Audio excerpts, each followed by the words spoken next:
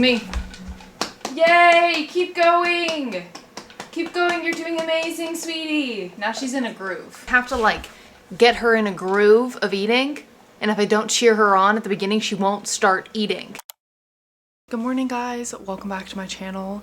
I am about to order some food from First Watch. Hello, Finn. And do a pickup order. Do you want to come up here? Come here. Come on, go up. You have to go up over there. Okay, I'll let you chill. I'm about to do an order from First Watch because I need to be at the theater at 10 a.m. I'm going to watch Nosferatu alone on a Sunday morning. Is it called matinee time? I don't know. I got 20% off. I bought a ticket last night. It was like 10:30. It's 9:15 now. I don't really have time to make breakfast, and I'm not gonna like make it and bring it. I'm just gonna buy breakfast on the way. I was gonna buy myself a cup of coffee as well, but I still haven't finished my coffee from this morning, so I'm gonna sneak that into the AMC theater. It was either between AMC or Studio Movie Grill because they both have a screening at 10 a.m. But Studio Movie Grill, I don't really like their food, and I want to sneak food in, and AMC doesn't give a shit. So let's order online. Every time I go to First Watch, I get the same thing. It is the farmhouse breakfast hash, and it's my favorite. I really don't know much about this movie. I wish I knew the lore about it. I don't. I know it's about a vampire, and I know an original film came out in 1922. That's all I know. It says a vampire who preys on the wife of his estate agent and brings the plague to their town. It's an unofficial adaptation of Bram Stoker's 1897 novel Dracula. I might have heard this incorrectly, but I did watch a video where someone was saying that when the original 1922 edition of Nosferatu came out, Bram Stoker's wife tried to get it like erased and tried to take it away. I'm gonna have to put this in my bagu sideways, but I want to show you my food before we go into the dark theater. This is what I get every single time. It's my go-to meal. I think if I don't get this, if I'm feeling healthier, sometimes I get their chia seed thing. But this, it's so good.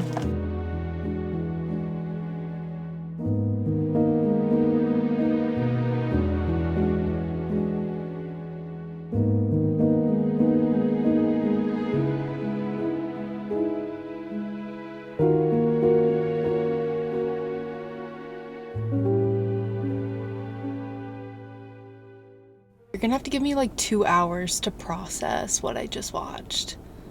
It was incredible, but I feel like I need to just stare at the wall for a couple of hours. In the meantime, I'm about to run into Joann Fabrics because you guys saw me crocheting something this morning. I didn't even tell you what it was. I'm crocheting a beanie, but I'm gonna run out of yarn, so I'm gonna see if they have the yarn still. I bought it on sale a couple weeks ago, so I'm hoping they're still selling it here because I know the amount of yarn that I had is not enough to finish the beanie.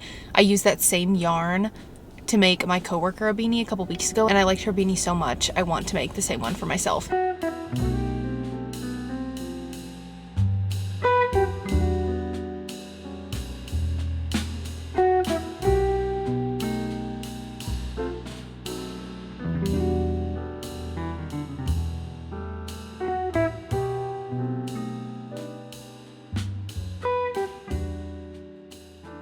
Can you get your head out of the bag? I haven't been able to speak for hours. It's been like 2 hours since that movie ended, and I'm just now finally forcing myself to speak. I need to get my laptop because I want to do I want to do a deep dive on Nosferatu? A little bit. I want to give you my interpretation of the movie that I think is what it is. But you know, sometimes you watch things and you don't know and then you interpret it wrong. My interpretation is at the beginning of it, Ellen is like lonely and is wanting to be desired and is wanting to be loved. And so she calls out to some force. She's just like, come to me. Come to me. She really is desiring this. Count Orlok is the vampire in Nosferatu. He is the one who she connects with. How? I don't know. She connects with Count Orlok, and he kind of like is her lover in dream form for a few years. And the dreams get more and more gnarly. That may be the wrong word to use. They get more and more aggressive, you may say, over time. I don't want to spoil the entire movie. I guess the premise is they're connected at the beginning. She gets married, doesn't need him anymore. He's like, no, you called for me. You will be mine. And in a very, very, very dark and eerie way, he comes back for her. In a very morbid, dark, and eerie way. To the point where you finish the movie and you're like, that was me. Went to Joann's and bought some yarn. I started crochet. Did I buy the wrong color? Oh my God. This is so awful. I bought the wrong color.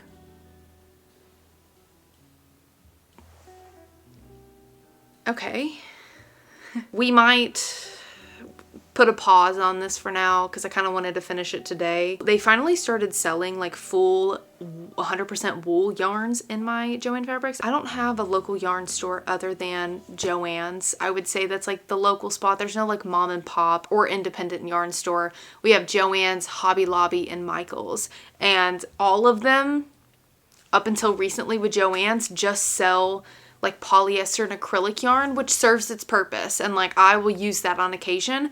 But I've been wanting some wool yarn for some more winter hats. I showed you guys that other yarn a bit ago and I was gonna make like that hat. I still haven't finished it because I had to order another roll. I'm always running out of yarn. I never get enough. I had to order another roll of that. So it comes in later this week because the shipping takes like a week, especially with the holidays. This is a very, very thin yarn. I'm normally working with like a 4. That's what this is. And this is a 2. I'm going to try and make a beanie with this. I might go ahead and get started on this because I feel like 2 rolls will be enough so I can maybe like start and finish that today. I'm just in the mood to like have a hat. I haven't made myself a winter hat this season yet. And in the move, when I moved to this place, I don't know what happened to all my beanies I made last year.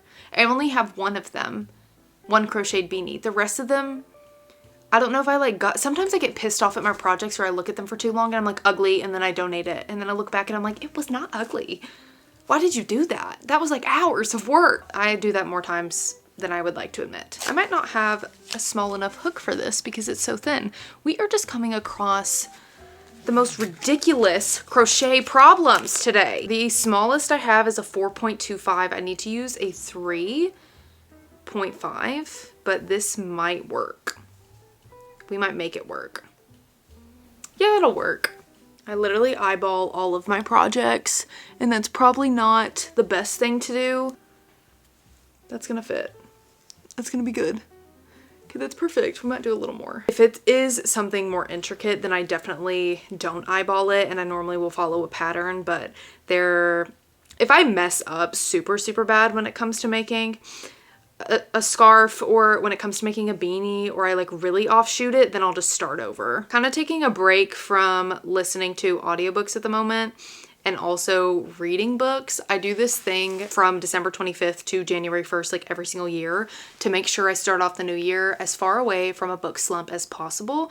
I don't really read at all at the end of the year. One, family is like kind of off work, and so it's easy to like hang out with them and hang out with friends more often than it is throughout the year because everybody, you know, their schedules are so busy. I don't know why. This is like the 3rd year in a row I just don't really even have the desire to read. I'm just like taking a break and chilling. So I haven't read a book in 5 days, which is not normal for me because normally every single day I'm listening to some sort of audiobook. I'm reading at least 20-30 pages of a book. But this way, come January 1st, I will be frothing at the mouth, ready to read a book, and we'll start the new year off strong. I've been trying to think about what book I want to reread come January 1st because I always try to start off the new year with rereading my favorite books. I did that this past year. I made a video about it. Think it might be too soon to reread Wait For It by Mariana Zapata.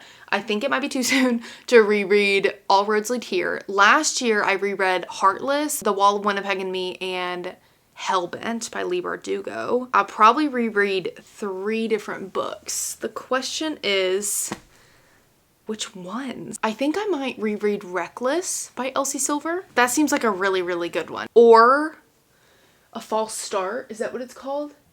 The red one. One of those by Elsie Silver. Those are 2 of my favorites.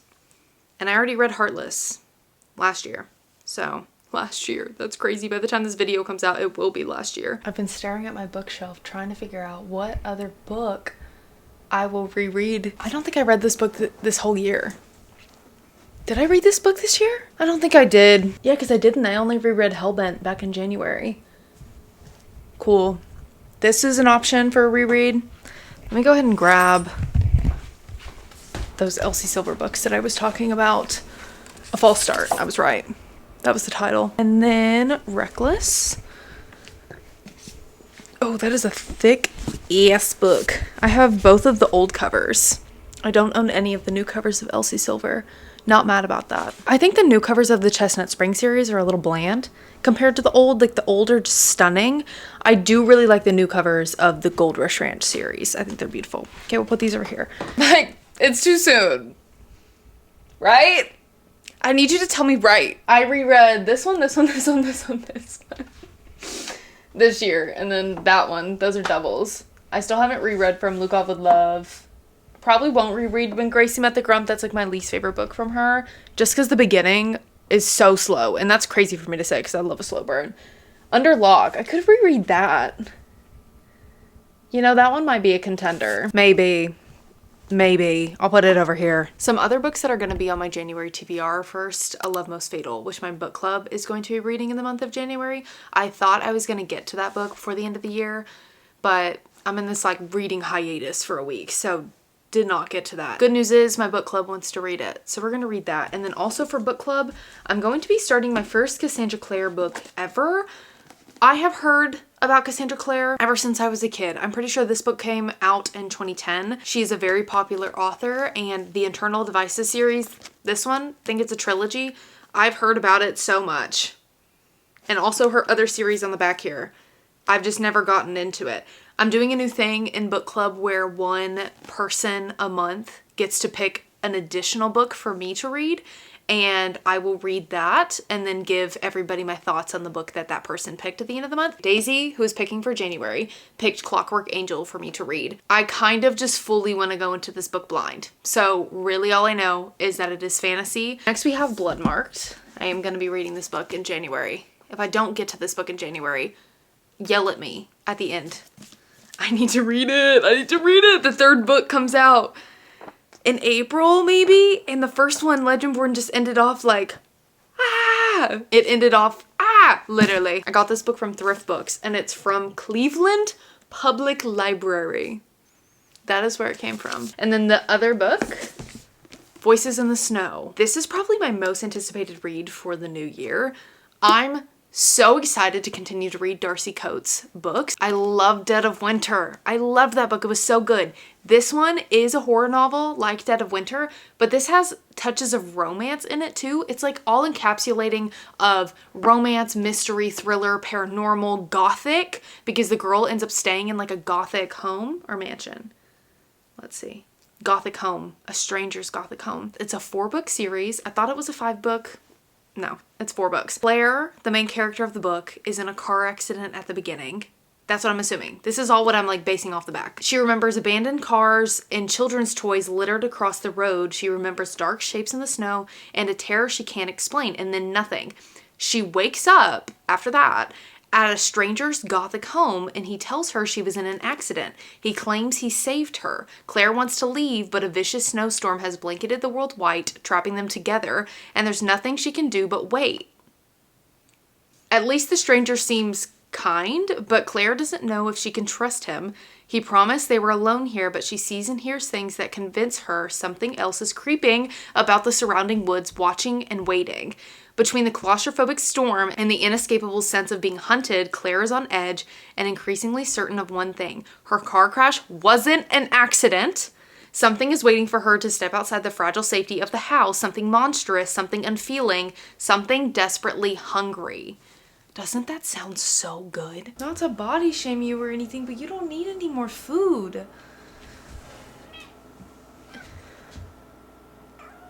You've eaten plenty. I just fed you 25 minutes ago. Was that not enough? Was that not enough? Guess what I got myself for Christmas? Mixing bowls! Eee! They're Pyrex. They're really nice. The day after Christmas, my brother and I went to some vintage shops near my home. There's like a huge vintage market downtown, and I found these Pyrex dishes for I think the big one was $27 and this one was $25. They have this cute little flower design on them, but I need mixing bowls. Aren't they so adorable? I love them, I love them, I love them. For dinner tonight, I've been in a little bit of a salad phase, so I'm gonna make some turkey meat. Well, do I want salad? Do I want salad? Or do I just want meat? We're gonna eat salad. I'm gonna season and cook this ground turkey real quick and then we'll make a salad. I recently got this dressing. It is roasted garlic Caesar and it comes in a glass bottle, which I love. It is delicious and I can't stop eating salads with it at the moment. So, gonna cook this as my protein. Gonna use buttered lettuce, croutons, Parmesan cheese. I might have some squash I cook in the oven. And then maybe some pomegranate seeds or some other sort of fruit on it.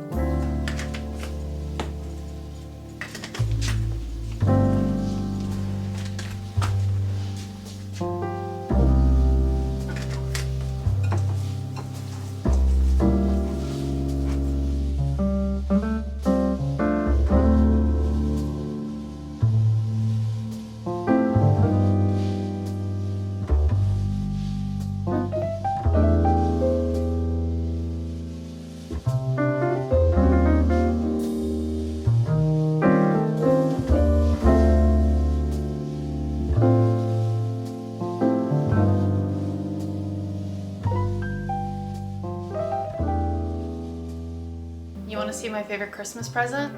Well, not my favorite, but I think you'll be just as excited as I am. The hood of it is a little big. It's a little big. Is it inside out? No. Yes? Yes. Can't have that happening. Can't have my cloak inside out. What the f is wrong with me? I should have worn this to Nosferatu this morning. That would have been fitting. I got a lot of really good things for Christmas. I'm very, very grateful. The highlights, vacuum, that was a must. Walking pad to my brother, thank you. We both bought each other a walking pad. So really, I bought myself a walking pad. Bookish wise for 2025, I don't have any major goals. My reading goal for 2025 is 130. That's what I bumped my reading goal down to this year. I think it was originally at 150 and then I did that video where I was trying to catch up to my reading goal and then I was like, wait, I actually can't do this. So let's bump it down. I think this next year we're gonna go ahead and aim for 130 again. I would like to continue to read more horror books. Very much got into that genre this past year and I've just been loving it a lot. I specifically really like winter horror. I don't know, stuff with like wintry vibes in horror has been hitting the spot. And folkloric horror has been hitting the spot. I'm really, really excited to dive into that Voices in the Snow book by Darcy Coates in that series. I have really high hopes for it and I'm just excited to like dive into more of that genre throughout this entire year. Horror and romance, those are very much like my favorite two genres at the moment. Some other goals that I have that are not reading wise for 2025 are only online shopping on Thursdays. Not that I online shop too much, but there are times where I buy things and like 2 days later I'm like, do I really want that? I think if I set a boundary to only online shop unless it's an emergency, which why would it be an emergency for me to online shop? If it's an emergency, I could probably go get it in person. And if I can't get it in person, is it really an emergency? No. Setting it to where I only online shop on Thursday would be good because what if it's a Monday and I really want to buy something and then I'm like, oh, I have to wait till Thursday. Thursday comes and I'm like, you know what? I don't actually want that anymore. It's too accessible to shop. It's too easy to buy like stuff really quickly online and then want it to be here in 2 days. So that'll, one, make me slow down a little bit, two, continue to help me be more mindful about me buying stuff. I want to continue to collect more physical media this year, cancel as many subscriptions as I can. Those are all my goals that I have for the year. Nothing too crazy. I'm not really a set, crazy, unrealistic expectations and goals at the beginning of the year type of gal, but also I implement a lot of like healthy and like realistic goals throughout my entire year. So nothing too crazy coming 2025. I just want to keep living. I need 2025 to be yet another cozy, slow year. I need the rest of my life to be cozy, slow years. I'm tired of like the fast track that is this world and like the go mindset. I'm like, let's just slow down, everybody. Let's just slow down. I want to keep my life slow. I want to keep my life simple. And I'm excited. I don't have a feeling it's gonna be a good year. Oh, that's a really bad thing to say, but I don't have like this big feeling of like it's gonna be an incredible year. I just have a feeling like, another year. Am I getting old? Is that because I'm growing up and I'm just like, another year? I'm excited, but I'm not like, this is gonna be the best year ever. I'm like, another one. Beanie done. Beanie done, isn't she cute? Wait, I actually really like her. I think this took me a total of 5 hours. I like her. I think it might be 1 or 2 rows this way, too big. Because basically, I should have showed you. I'll show you again if you really want to know. And I can also do a tutorial or give like more detail if you would like to know a simple way to make a beanie. Basically, I make it like one rectangle and then I sew it together and then I sew the top together. This is gonna be so warm and toasty to wear during the winter. I love it.